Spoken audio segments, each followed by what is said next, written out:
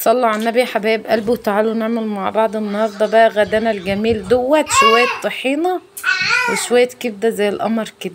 انا حطيت بقى الطحينه هي في البوله، يعني عباره عن 4 معالق طحينه، ونزلت بشويه شطه وشويه فلفل وشويه كمون وشويه ملح، وعصرت ليمونيه حلوه كده زي ما انتم شايفين، وحطيت شويه زيت وشويه خل اهوت، شوية زيت وشوية خل، وهقلبها بقى كده بالمضرب، ادمجهم كلهم مع بعض كده.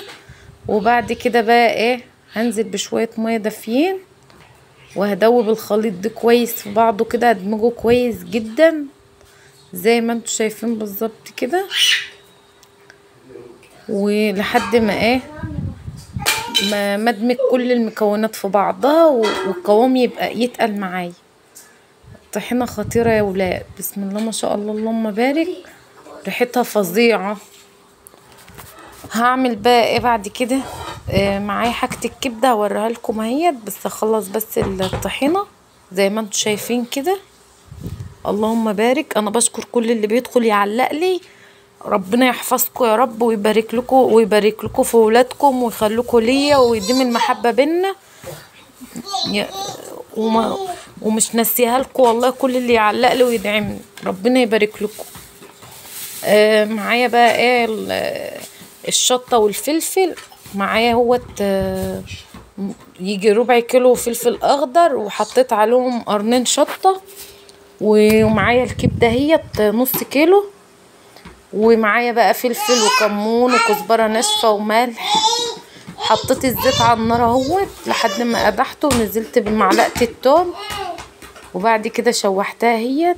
هنزل بقى ايه بحبه خل، قيمه معلقه كده حلوه اهيت، معلقه كبيره خل. وبعد كده هنزل بالكبده اهيت، خطيره ريحتها فظيعه بصراحه ربنا والله.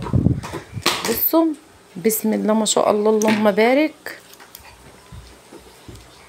هفردها بقى كده علشان خاطر ايه، تاخد من التوم والزيت، افردها كويس افكها من بعضها. بصوا بسم الله ما شاء الله اللهم بارك، ريحتها فظيعه، ريحتها جميل. بصوا زي ما انتم شايفين كده لونها غير اهوت. هحط بقى التوابل بتاعتها، هحط لها الملح والكمون والفلفل والكزبره الناشفه اهوت، ريحتها فظيعه. التوم مع الخل مع على النار مخلي البيت جميل. حطيت بقى اهوت الفلفل والكمون والملح، هقلبها بقى كويس بالتوابل بتاعتها.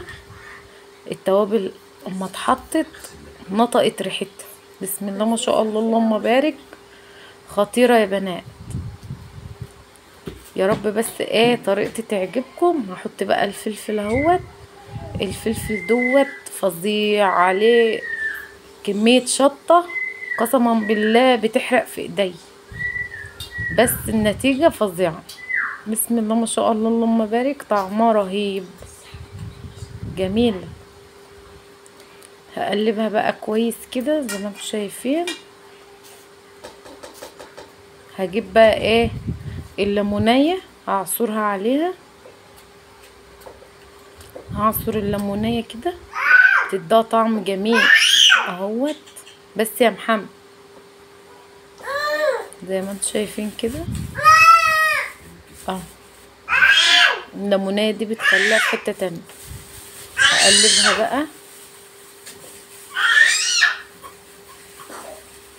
ادمج بقى ايه المكونات كلها ببعضها كويس، وههدي عليها النار واغطيها، وهسيبها بقى ايه تستوي. مش هزودها اي اضافات تانية، لان هي مش محتاجة ان هي تتزود، عشان الكبدة لو حطيتولها اي حاجة غير المكونات بتاعتها هتندغ تحت اسنانكم وهتشد كده. حلو، الخضار بيسرد على بعضها وبتبقى كويس، بتبقى جميلة. بصوا مستوت اهيت، عملت الطحينة معاكم اهيت، بسم الله ما شاء الله جميلة. بصوا قوامها عامل ازاي، خطيرة، بسم الله ما شاء الله تحفة. بصوا، تعالوا بقى اتغدوا معايا. طبق كبدة حكاية حكاية والله العظيم، قسما بالله طعمه جميل. بصوا الطحينة بألف هنا اللي كل يا حبايبي.